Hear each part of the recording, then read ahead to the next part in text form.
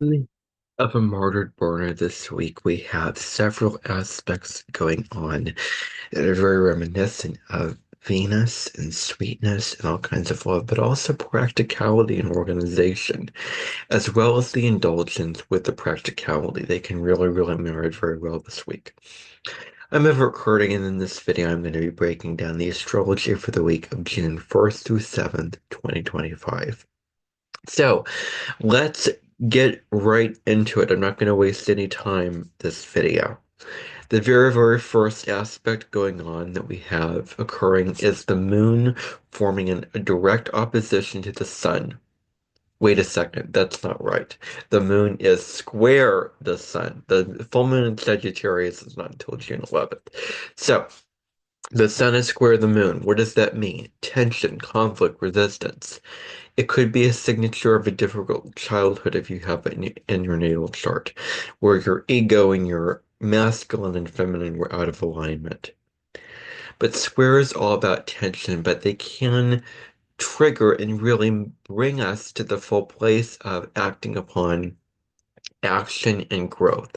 That's what they're really about. They can really make the energy very tense where you have to make a change. So this first quarter moon is happening at 12 degrees of Gemini in Virgo. So the sun's in Gemini at 12 degrees, the moon's in Virgo at 12 degrees. So what does that mean? There could be a crisis when it comes to matters of health and well-being. That's Virgo. Virgo rules health. It rules well-being. It rules the sensual aspect of the healthy being of Earth. You know, that woman who stands in the field of wheat and gives you the grains that she has harvested and she has grown. So Virgo is very organic, wants the best, wants the freshest, wants things to be the best they can be, wants all natural. They're the ones to advocate for that. Um, the more healthy it is for Virgo, the better. So there could be issues around health, your personal health and collective health, and well-being, your general sense of well-being. It's very, very important to balance your bodily needs for drinking, for eating, for taking care of yourself with the Sun and Gemini mental mind needs. What do I need for my mind to be satisfied? What do I need to stimulate my mind and keep it going, keep life interesting, keep life in the realm of being a novelty? That's really what we need to consider at this time. So we have a conflict between thoughts, Gemini, and reality, Virgo. How our thoughts influence our reality? How do we take our thoughts and manifest them into our reality to make them tangible, to make them real, to make them physical? And how are the stimulus of our thoughts impacting our reality? And reality is an illusion, is a perception. Neptune rules reality. Saturn rules illusion. Flip those around, but not. So reality is very subjective. It's not objective. You know, we all are living different realities and we're all on a different point in our journey and on our spiritual path of being a human's being, not human, a human being, not a human doing. So that is really where the exalt has to be put in the sand. So there is tension and disagreement here. There's a lot of tension when it comes to these issues. And so these energies are very, very different. On the one hand, we have Gemini, which needs change, which thrives for change, which needs different things to come at different times. It needs stimulation, it needs variety, it needs life to be exciting and interesting. And Virgo is all about the routine. It's all about the practical. It's all about the day-to-day, the schedules and the structures that you create to take care of the details of your life on a day-to-day basis. That's Virgo energy. So you can see how different they are, yet they are incredibly compatible signs because they're both ruled by Mercury. Virgo is the air earth sign, Gemini is the fire air sign. So together, these signs share the commonality of being very intellectual, being very airy and flighty and very mental, very intellectual. And so they can really, really get along quite well when they get to know each other in a relationship. And that's just cardboard cutout. It depends upon your natal chart. And the other aspects and sinister in your natal chart. But even though Gemini and Virgo square each other, they are very compatible because they are siblings together with Mercury as their ruler, as their parent, let's say. So there's a difference here when it comes to these energies, and it's very, very important that we have discernment, but also healthy detachment, that we're not getting so caught up in our emotions. We're able to rise above our emotional situations and view things from an objective point of view and then act from that place. So then let's move on. We had that's June 2nd's astrology. Now, 2 days later, on the 4th of June, we have a beautiful benefic energy. This is really a window of opportunity that we can wisely take action upon, and that is Venus sextile Jupiter. And that's exactly what sextiles are. They're windows of opportunity, but we have to move toward the energy. We have to act on the energy.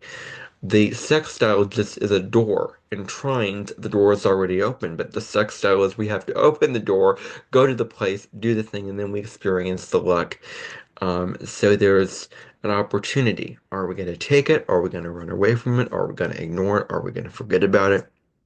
Or are we going to maximize it and use it to the fullest? That's really up to us as co-creators of our reality. So on June 4th, Venus sextiles Jupiter. So what this means is that this presents a lot of potential for for growth, emotional growth, intellectual growth, spiritual growth. This is what we're being presented with at this time. Spiritual growth, also because Jupiter relates to spirituality as the planet of expansion, the planet of growth in all things. So we also have um, themes with the Venus are cooperation. You know, we're cooperating, we're getting along, we're working together. Um, and peace and harmony are also very, very Venusian themes. So we can have this very, very strong social energies for a peaceful, loving energy um, at play here. And so this is good for any relaxing, or if you're putting on a celebration, or if you're putting on a party, or going to a party, this is wonderful energy for that. Um, this is all about sharing in the good feelings with others. Express those feelings, live those feelings, experience those feelings, and share those feelings with others. And let other people know how you're feeling and enjoy the good times together.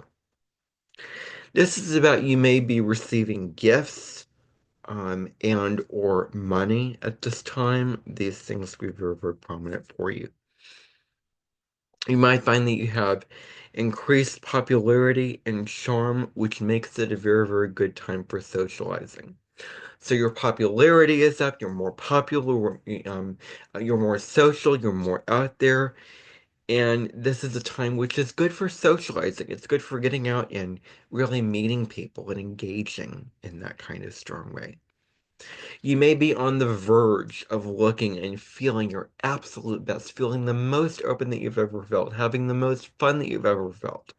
That may be possible in feelings for you. It's good to learn about other cultures and broaden your perspective on life because Jupiter rules other cultures. It's the ninth house, it's Sagittarius energy.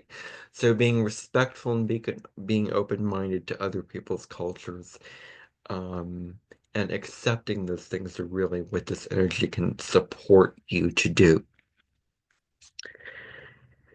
And so this is all about overdoing it. You may overdo it. You may overindulge in food, drink, other types of things, doom scrolling, whatever it is. You may fall prey to overindulgence because of the very, very good positive energy. It's so much, it's so big that you find yourself overdoing it, overindulging in those particular things.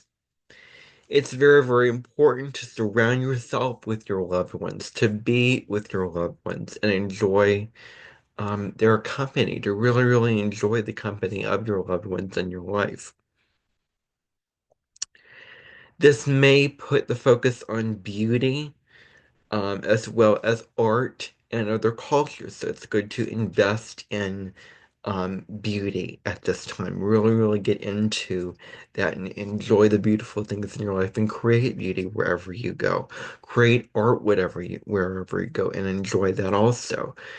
Um, this is really talking about connecting with spirituality, foreign culture, and the arts. This is a good time to advance your career.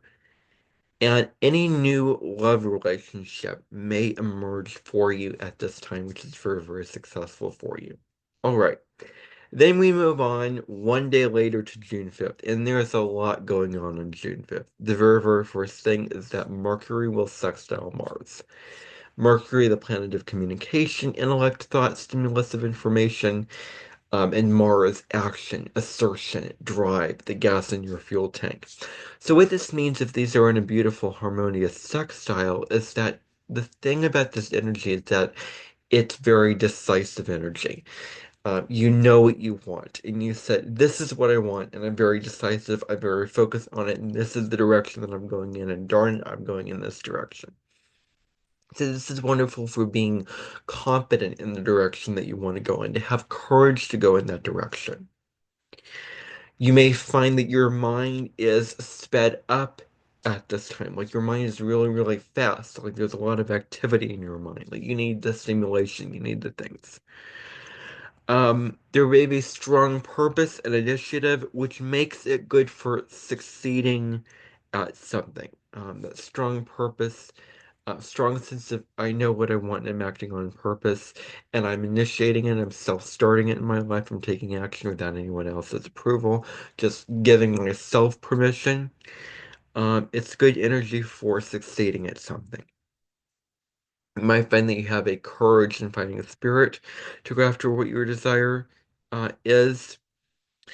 And so this is good for also doing things that require hard work, that you're willing to put in the work, that you're very willing to get to that desk and do that hard paper and really put that effort and energy, invest that into the work and get it done and check it off your list ultimately. So this energy can help you get work done, and this energy can help you be very productive if you use it, to the high octave and not the low octave, which can turn into aggression. That's more if Mercury and Mars were forming a different little aspect to each other. But anyway, um, it's a good energy for being direct and honest at this time when and while pursuing your goals. Being direct and being straightforward, being very honest to yourself at this time. This is also good for finishing things that need to be completed. Whatever loose ends you need to tie up, whatever things you need to put a bow on, complete in your life, put aside. This is wonderful energy for, um, for doing just that, for finishing things. It's good for standing up for someone else in a legal battle, or just in general, if someone else is getting hurt or insulted, or whatever the case may be. You have this strong sense of backbone and courage and strength within yourself that you can stand up for them and stand up for yourself. You may find that you have a lot of extra charisma and intellectual attractiveness more than you've had in the past. This is good for taking bold actions, bold step forward, bold leaps forward, shifting your timeline in your life. This is good for challenging but stimulating work. This is good energy for that.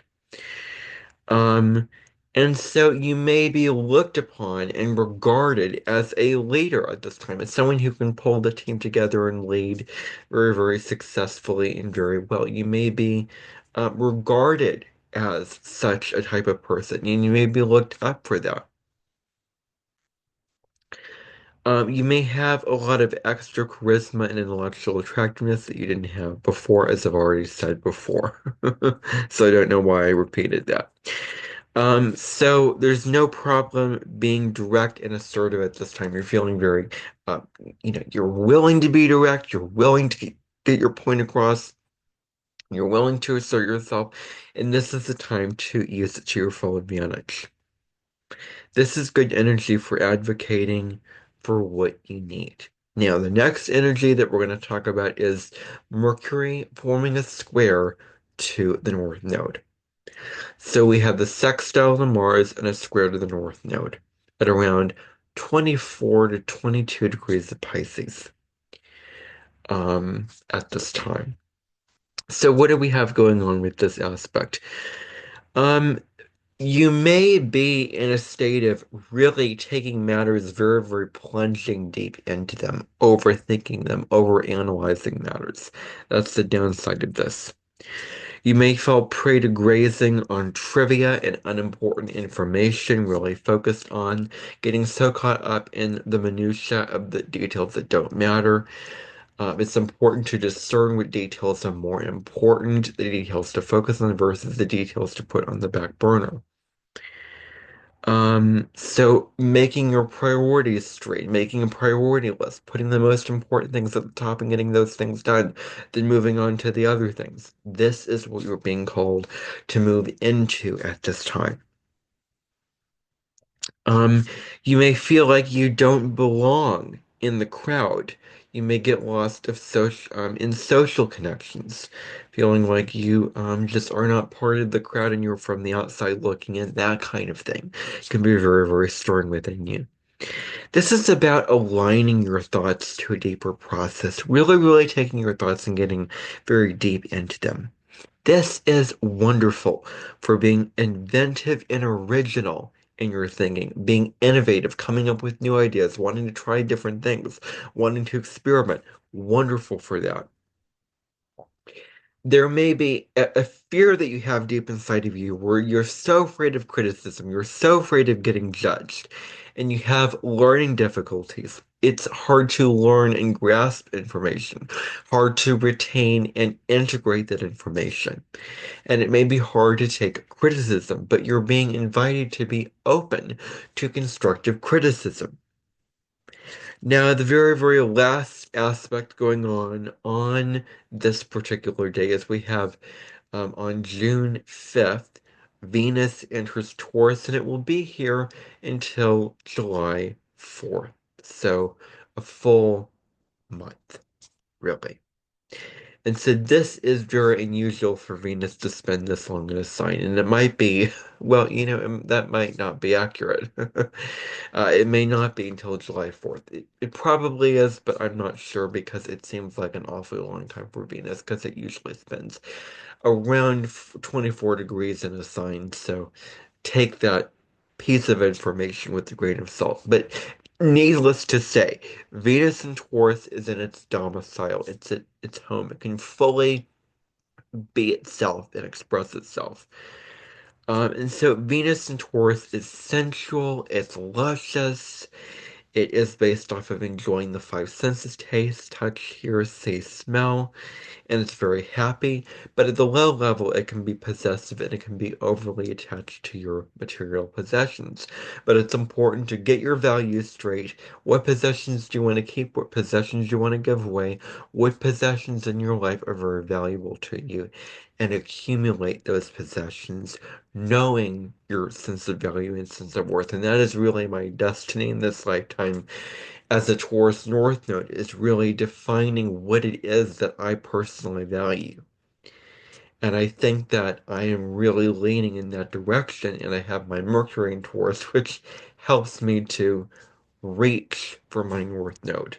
And I don't have Scorpio anywhere else in my chart, so that's a good thing. Um, so We value things that are long-lasting. We value relationships that are long-lasting, not short-term relationships that don't last very long, but stable, sensual, very devoted, very loving relationships.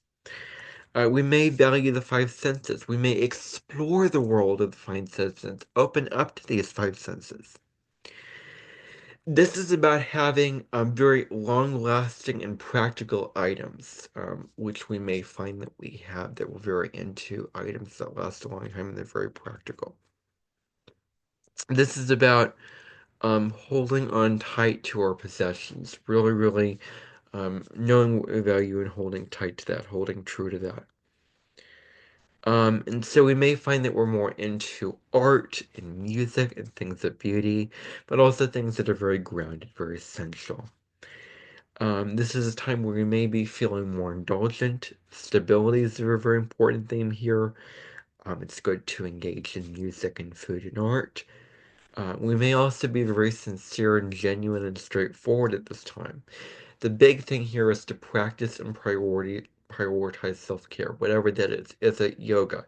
Is it meditation? Is it breath work? Is it spending much time in nature? Is it getting information from your divination cards? Whatever the focus is on self-care, this is the time to really, really latch onto that and make that a huge priority in your life. And the other thing is that love could come about. You may find your true love. You may find love very easily, and that love will be stable, that love will be sensual, that love will be very good for you, and that will serve you for your highest good. So that's all I have for you on the astrology for this week. A shorter week, not so much going on this week. Next week is when the big stuff happens. Mercury moves into Cancer. Jupiter moves into Cancer. We have the full moon in Sagittarius on June 11th. So I'm going to talk about the astrology and all the details of that when we get to that point. Thank you for tuning in. I will see you in the next video. Bye-bye.